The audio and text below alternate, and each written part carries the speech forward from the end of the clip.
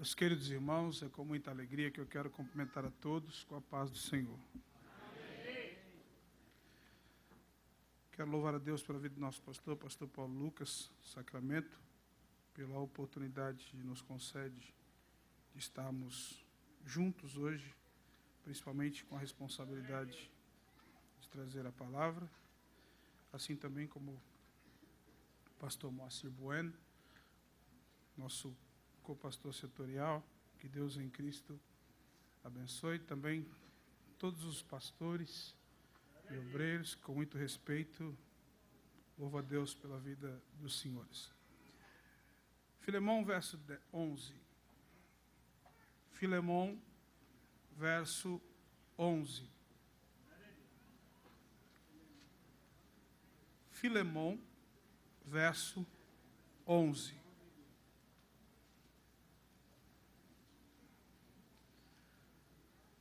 Carta de Paulo a Filemão, verso 11. Não é Filemion, é Filemão.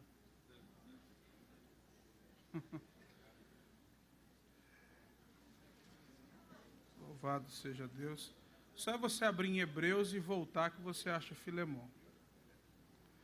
Filemão, verso 11, diz a palavra: o qual no outro tempo te foi inútil. Repita comigo: foi inútil. Mas agora, a ti e a mim, diga comigo, muito útil. Eu te tornei a enviar.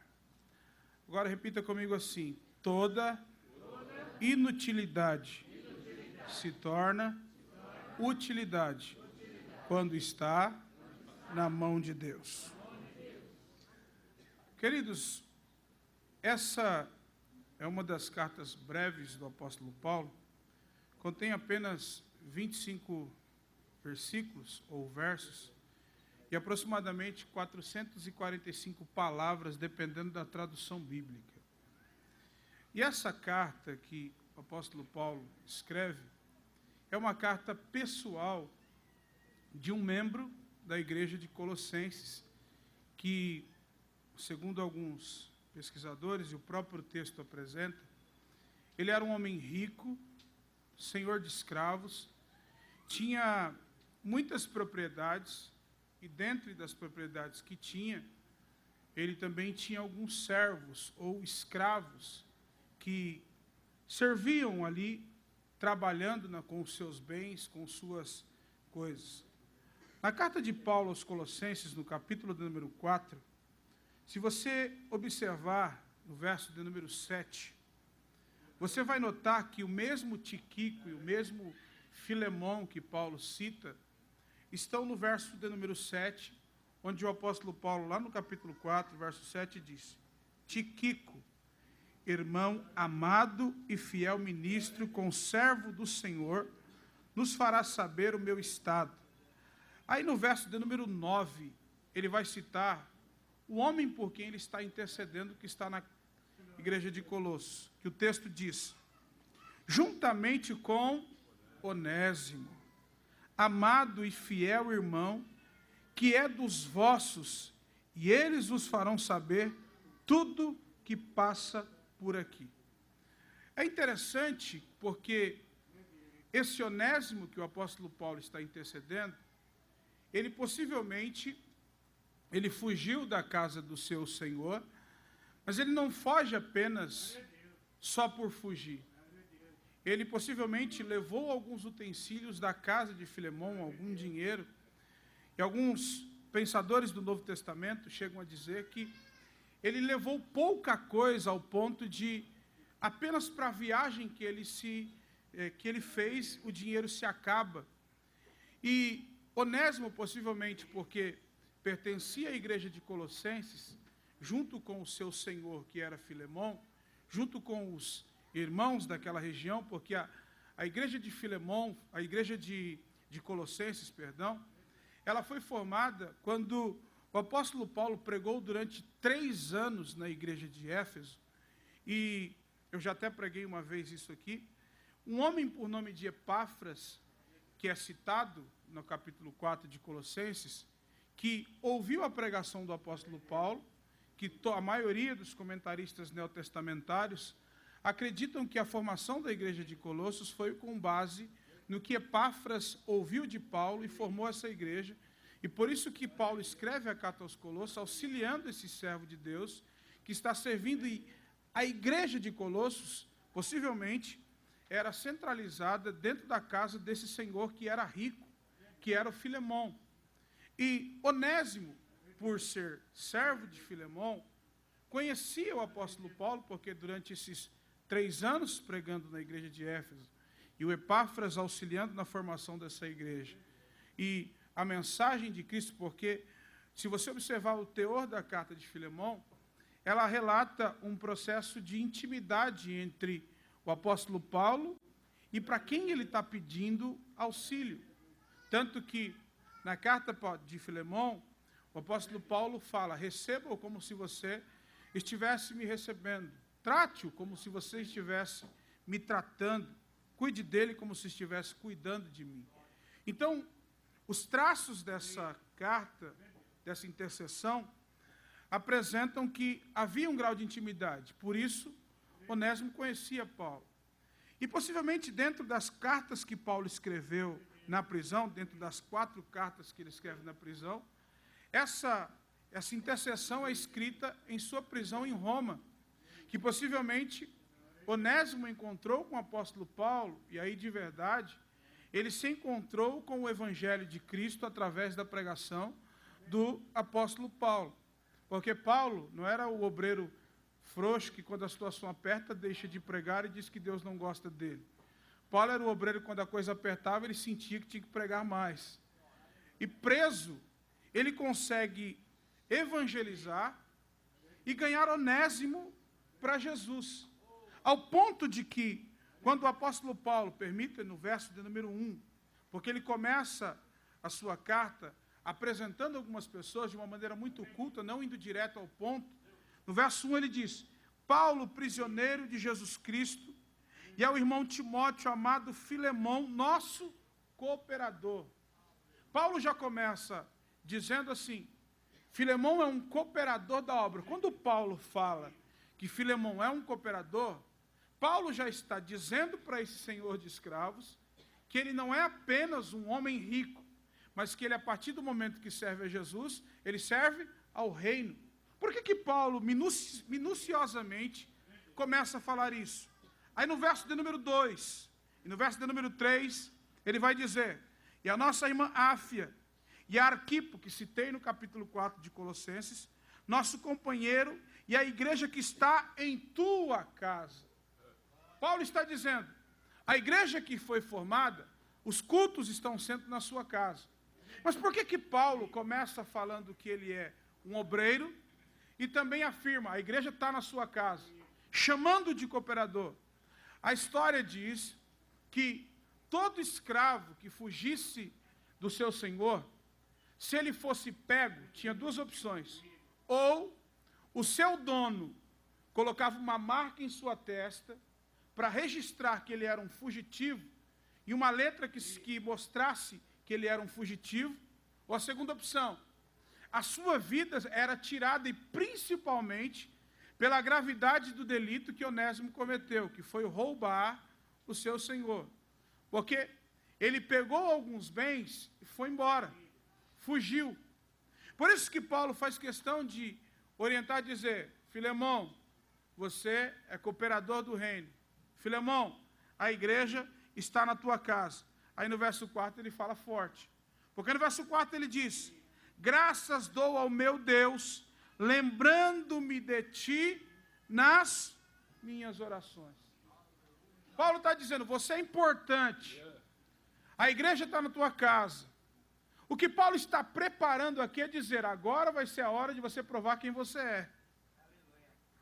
Agora está na hora de você provar que a mensagem que você ouve e que você transmite, ela é verdadeira. Porque Paulo está preparando o caminho para mostrar que estava enviando alguém que deu prejuízo para ele. E nós não gostamos, os pastores sabem disso, de quando nós nos frustramos com obreiros, ou com líderes, ou com pessoas que trabalham com a gente, nós, como seres humanos, temos a tendência de reprovar. Já ouvi muitas vezes no ministério dizer, nunca mais será. Porque nós avaliamos as pessoas por aquilo que elas fazem, pelo que deixaram de fazer, pelos erros que cometeram. E aí nós pregamos um texto, uma mensagem, dizendo que Jesus muda, que Jesus transforma, que Jesus liberta, que Jesus trabalha. Mas quando chega a hora de executar isso, a gente praticamente esquece do que falou e reprova as pessoas. Se esquecendo de que no reino de Deus, todos têm espaço, todos têm lugar, todos têm casa. Detalhe, e que o perdão de Deus não é exclusivo a você, que a graça de Deus não é exclusiva a você, que o amor de Deus não é exclusivo a você, mas que a mão de Deus que alcançou você, alcança quem errou ontem, alcança quem errou hoje, alcança todos quantos reconhecem o seu senhorio e colocam-se diante do Senhor, para que o nome de Deus seja glorificado. Agora preste atenção, Paulo tinha que saber fazer isso. Por quê? Nós queremos auxílio dos outros, mas não queremos auxiliar. Deixa eu te provar. Quando o apóstolo Paulo se converteu, Saulo, que o nome dele não muda, é por causa da dupla cidadania, que é Saulo e Paulo, tanto que no capítulo 13 ele diz assim, eu, Saulo, também Paulo. Quando ele se converte, todo mundo se assusta com ele, porque ele chega, estão dizendo assim, olha, ele matou Estevão, as roupas de Estevão foram lançadas nos seus pés. Aí os discípulos ficaram com medo, os homens ficaram com medo. Vai que a gente deixa esse cara entrar no nosso meio, e ele vai descobrir onde a gente se reúne e vai matar todo mundo. Um homem se levantou, que a gente fala pouco dele, que é Barnabé, que olhou para Saulo e falou, peraí, eu acredito no seu ministério. Talvez ninguém acredita, mas eu vejo futuro em você. Eu vejo que você vai crescer, eu vejo que você vai ser um pregador do evangelho. Eu vejo que o nome de Deus será glorificado através da sua vida. Eu vejo que a mão de Deus está sobre ti. Porque sabe o que acontece? No nosso ministério vai ter gente, vai ter uma dúzia que vai dizer, não serve, não dá, não está preparado. Mas tem sempre aquele que olha e diz assim, Deus mostrou, tem coisa grande, vou fazer, vou realizar, coisas vão acontecer. Então, em nome de Jesus, deixa eu te dizer uma coisa aqui, nessa noite, nesse culto de ensino. Não importa o que aconteceu na tua vida, nem o que aconteceu na do outro. O que importa é o reconhecimento da grandeza de Deus, para que Deus comece a fazer coisas grandes. Então, se ele foi alguém que alguém acreditou nele, ele tem que acreditar no outro. Mas é muito fácil queremos para nós e rejeitarmos para o outro. Porque tem gente que quer misericórdia para ele, mas quer punição para o outro. Lembra dos algozes do capítulo 8 de João? Tinham a lei na mão. Trouxeram a lei e disseram assim, ó, a lei diz que tem que matar. Jesus não podia dizer, mata porque você não é Cristo. Não podia fazer, não mata porque está indo contra o que Moisés falou, sendo que foi Deus que entregou e Jesus é Deus.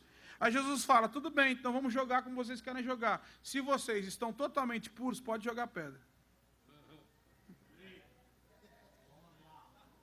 Se em você não há nenhuma mancha, acuse quem caiu. Ah, você não conhece minha vida. Desculpe. É por conhecer a Bíblia que eu sei que a vida de todo mundo aqui é dependente de uma coisa só. Graça. Remakalamandoro makalamaia. Orimikone makandara shori bikaramai. Você não está aqui nessa noite porque você tem faculdade. Você não está aqui nessa noite porque tem uma profissão boa.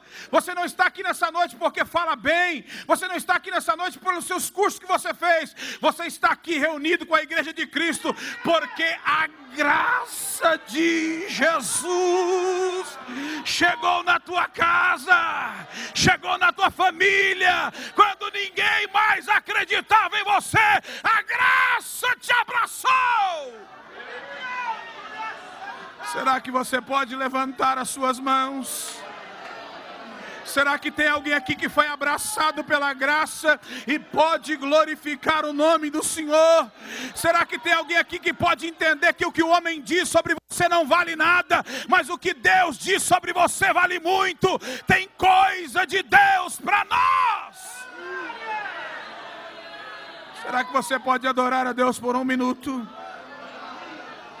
Remiandoquia, remandoquia, lamantrola bicalamandulia, riela comicamanchori bicalamaia.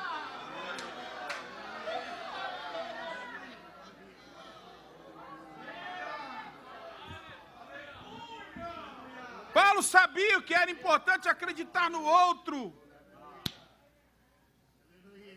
Nós pregamos sobre o perdão, mas quando é para perdoar, queremos lançar em rosto. Vamos para a Bíblia? No capítulo 3 de Romanos, versículo número 23, a Bíblia diz: e todos pecaram, e destituídos estão. Olhe para esse crente e diga: quem disse que você está limpo?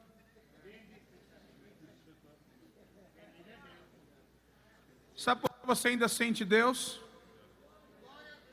Porque quando o pecado acende a ira de Deus, o sacrifício se apresenta. No capítulo 5, versículo 12 de Romanos, o apóstolo Paulo faz questão de dar um caminho interessante, dizendo assim: pelo pecado de um só homem, todos nós somos condenados. O primeiro Adão pecou, todo mundo perdeu tudo. Mas do versículo 12 até o verso 18, o apóstolo Paulo, deixa aí, vai projetando conforme eu for lendo. Pelo que como por um homem entrou o pecado no mundo, e pelo pecado a morte, assim também a morte passou a todos os homens. Por isso, quem?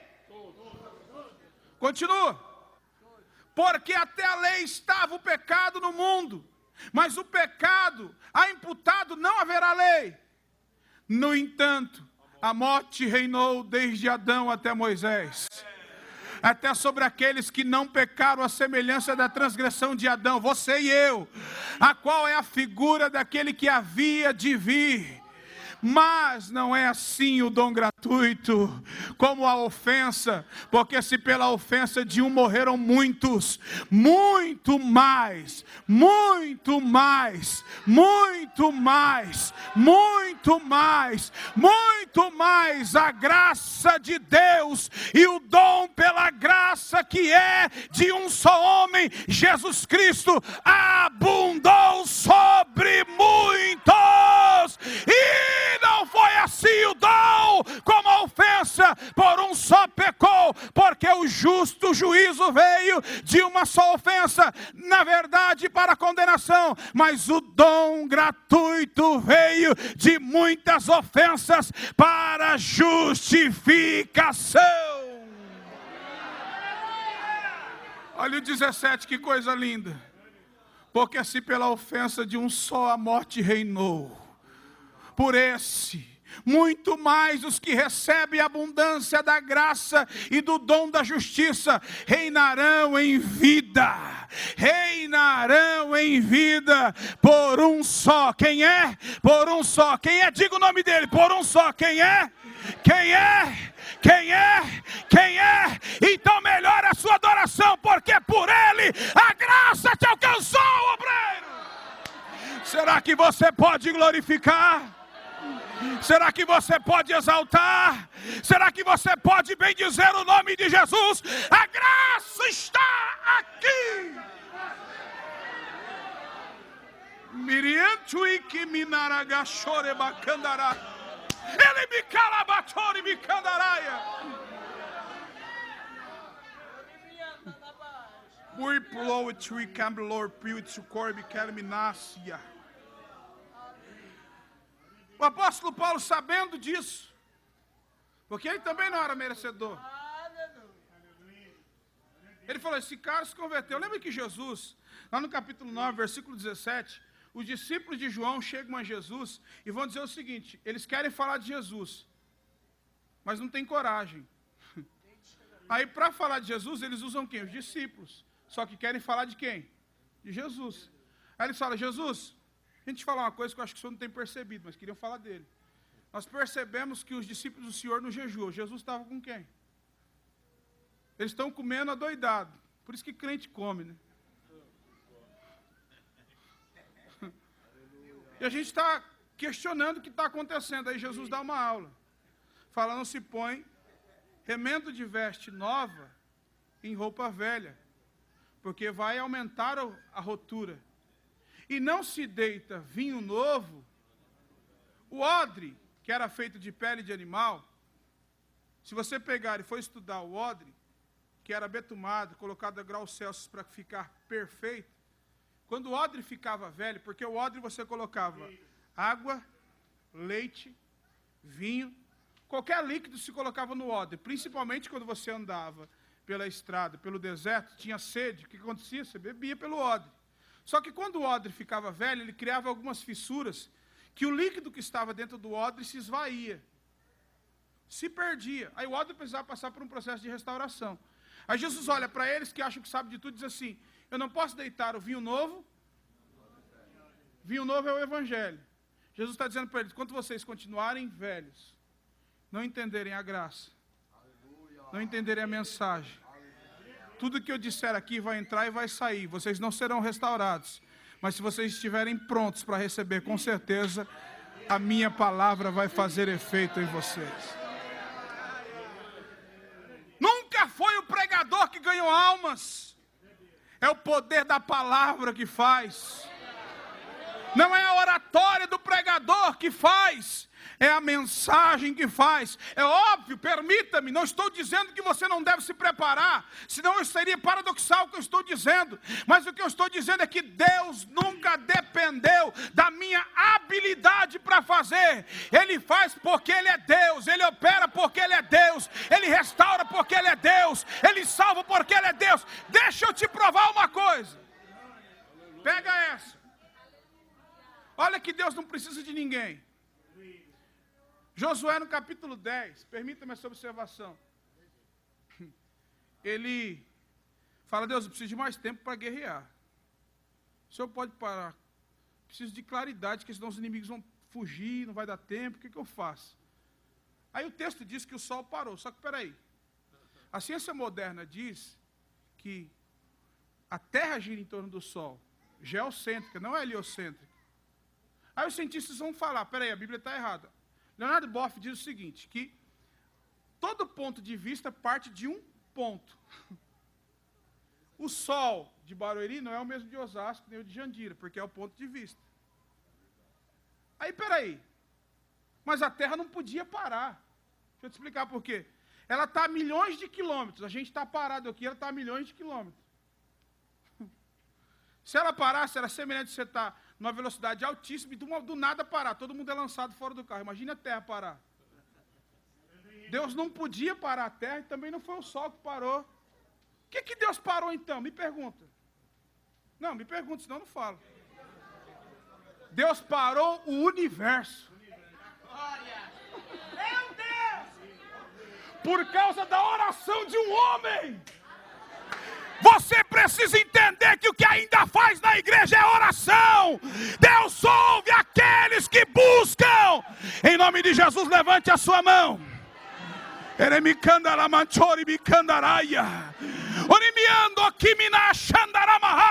Deus move céus, Deus move terra por todos aqueles que se curvam diante da sua grandeza. Quem pega essa palavra? Será que você pode adorar? Porque Ele é grande, porque Ele é poderoso, porque Ele é eterno, porque Ele é digno, porque Ele é soberano, porque Ele é restaurador, porque Ele é Deus, porque Ele é juiz, porque Ele é Senhor, porque Ele está no controle de todas as coisas. Pode ter saído do nosso, mas ainda está na mão de Deus. Tudo está na mão dEle.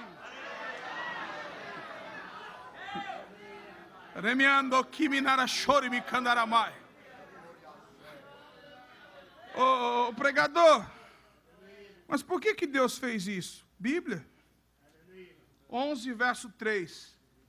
Presta atenção, por que Deus faz o que Ele quer? Para o universo, faz o que quer. Pela fé, entendemos que os mundos foram criados por onde? Pela palavra.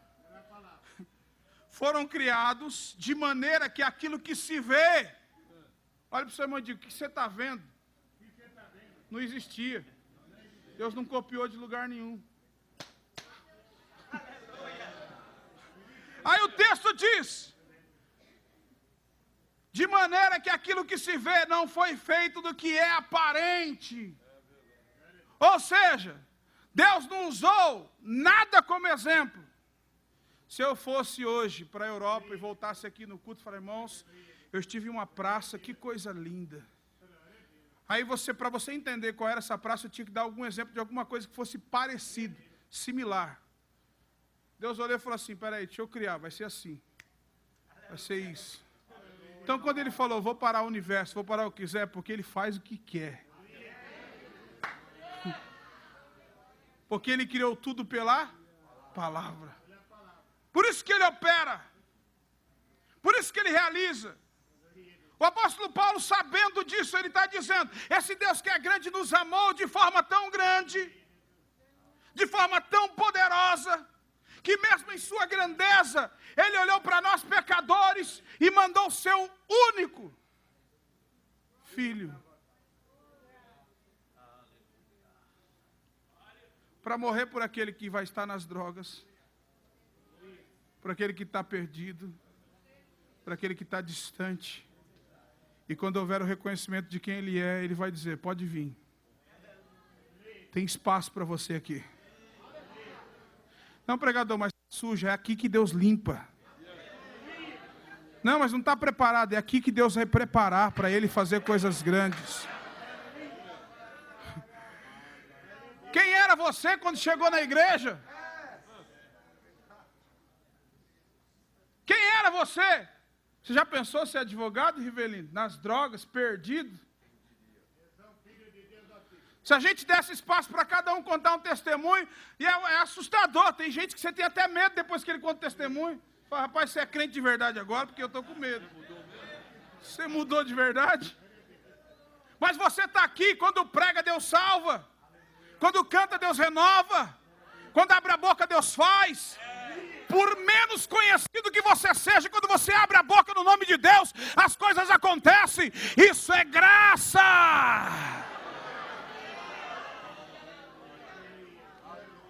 Não queira reter aquilo que Deus te deu só para você. Faça.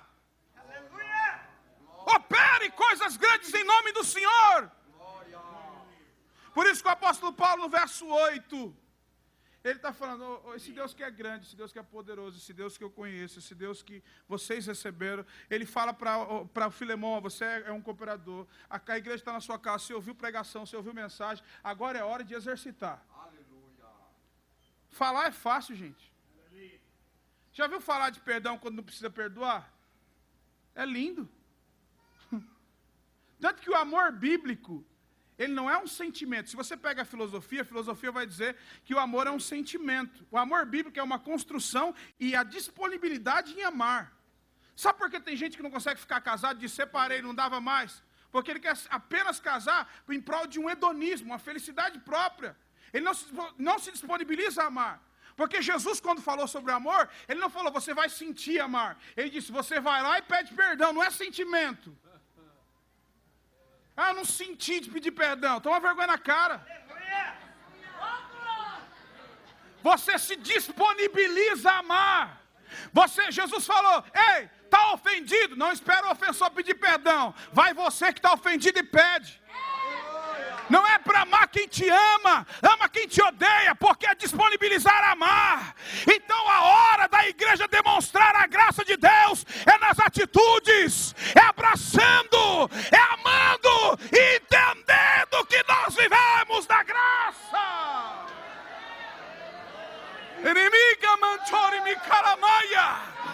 Eu sinto a presença e a virtude do Espírito de Deus aqui.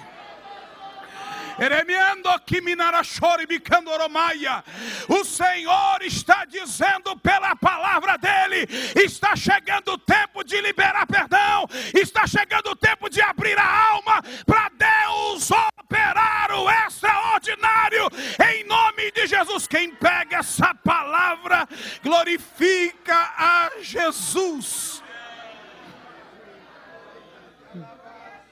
Murimiando waits now poets night. Muriendo kiminawer chormi kalamai. Buribi komimana kantoroba shewida. Arioto kimina kantoroba kalama. Emi kondi cantori cantoha. Ebi komina suribi candoraya. Ele me candorou, me candará, toribica. Ela me cone, me candará. Uma unção de renovo dos céus está descendo agora. Ele mandou. Ele me gandorishimi naragai.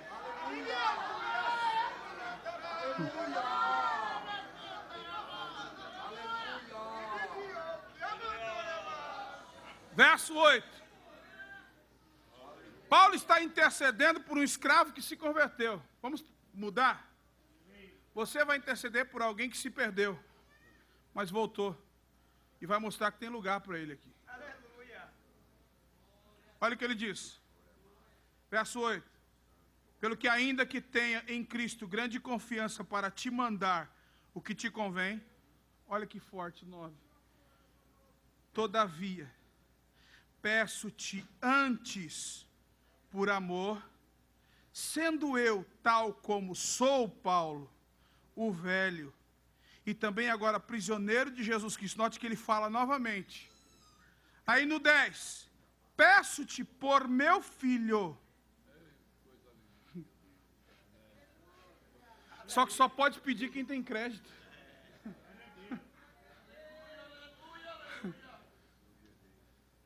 Eu gerei esse homem. Fui eu que formei. Fui eu que cuidei. Eu preguei, eu vi que ele se converteu. Então, olha uma coisa. Eu estou mandando o meu filho que eu gerei. Onde? No pior cenário da minha vida. Preso. Agora pega essa.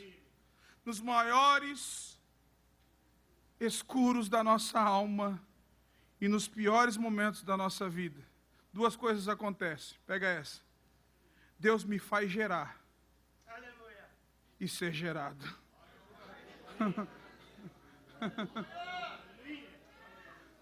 Tem gente que no meio da escuridão vai começar a gerar e vai ser gerado por Deus. Nos piores momentos da sua vida, Deus vai dar sinais de grandeza na sua vida e no teu ministério. Pastor, tua congregação pode estar difícil, Deus vai te fazer gerar nesse momento difícil. Não, você não está entendendo, tem crente indo embora, deixa aí quem não quer trabalhar. Está vindo Onésimo para trabalhar, porque Deus vai gerar. Deus vai gerar. Deus vai gerar e será gerado, porque a obra não é minha, a obra não é de ninguém, a obra é dele. Quem cuida da obra é Ele, e é Ele quem se responsabiliza por ela. Vai gerar, vai gerar, vai gerar e ser gerado. Eu gerei.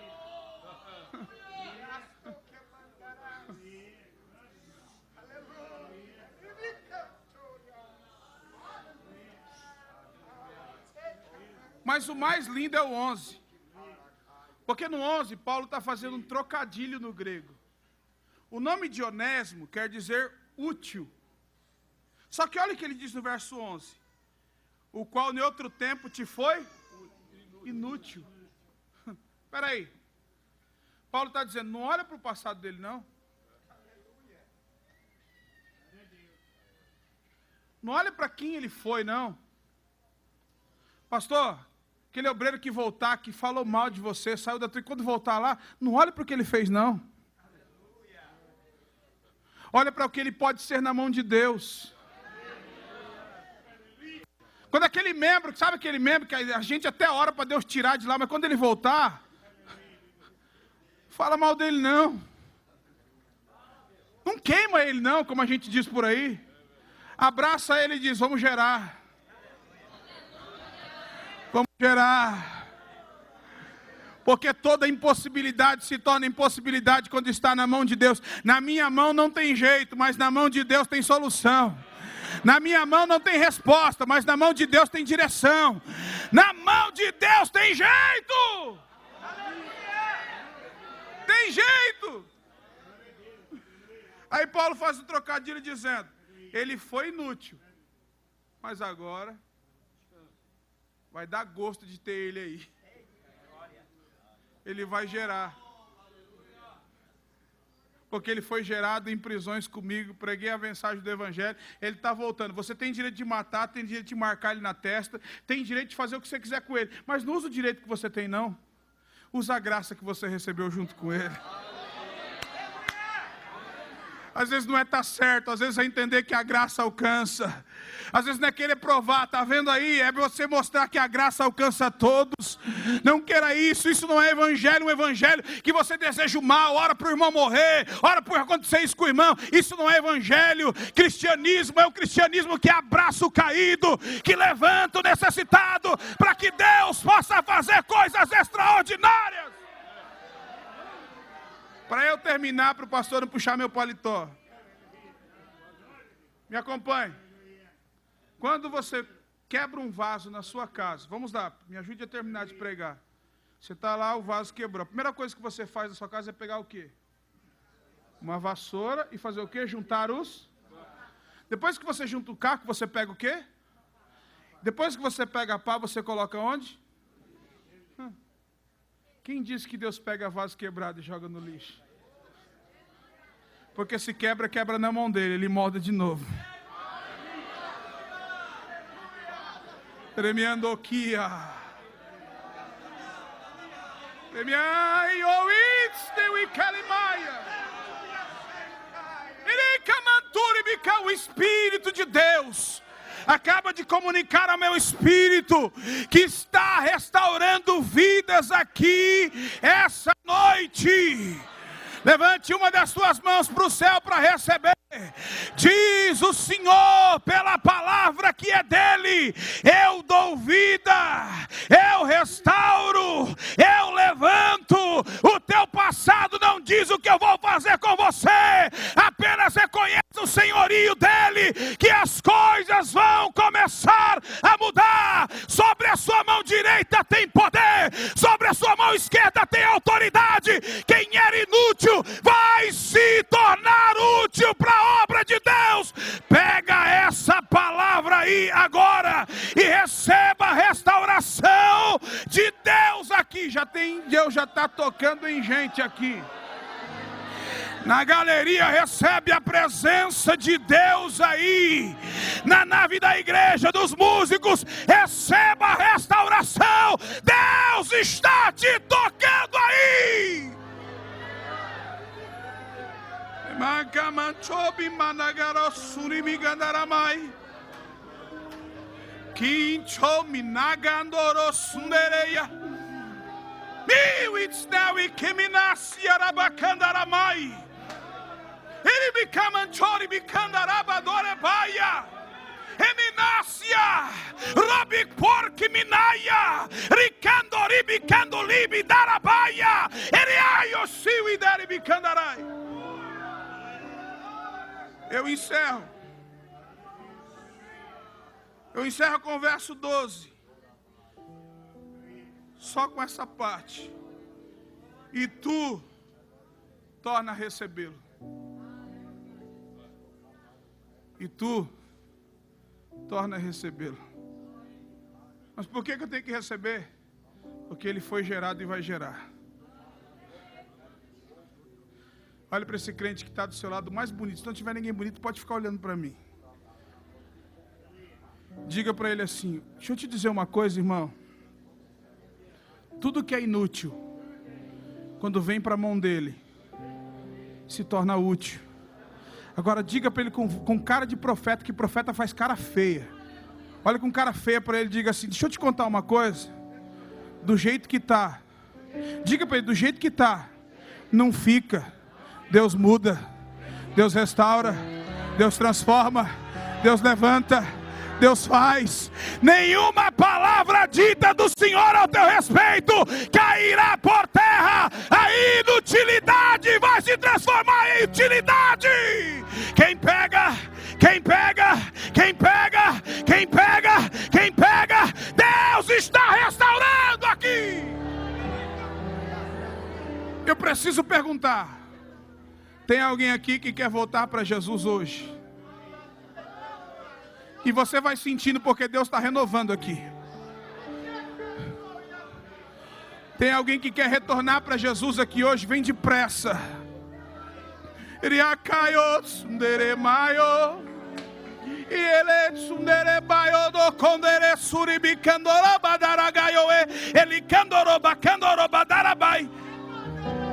Alguém precisa voltar para Jesus? Levante a sua mão para eu te conhecer.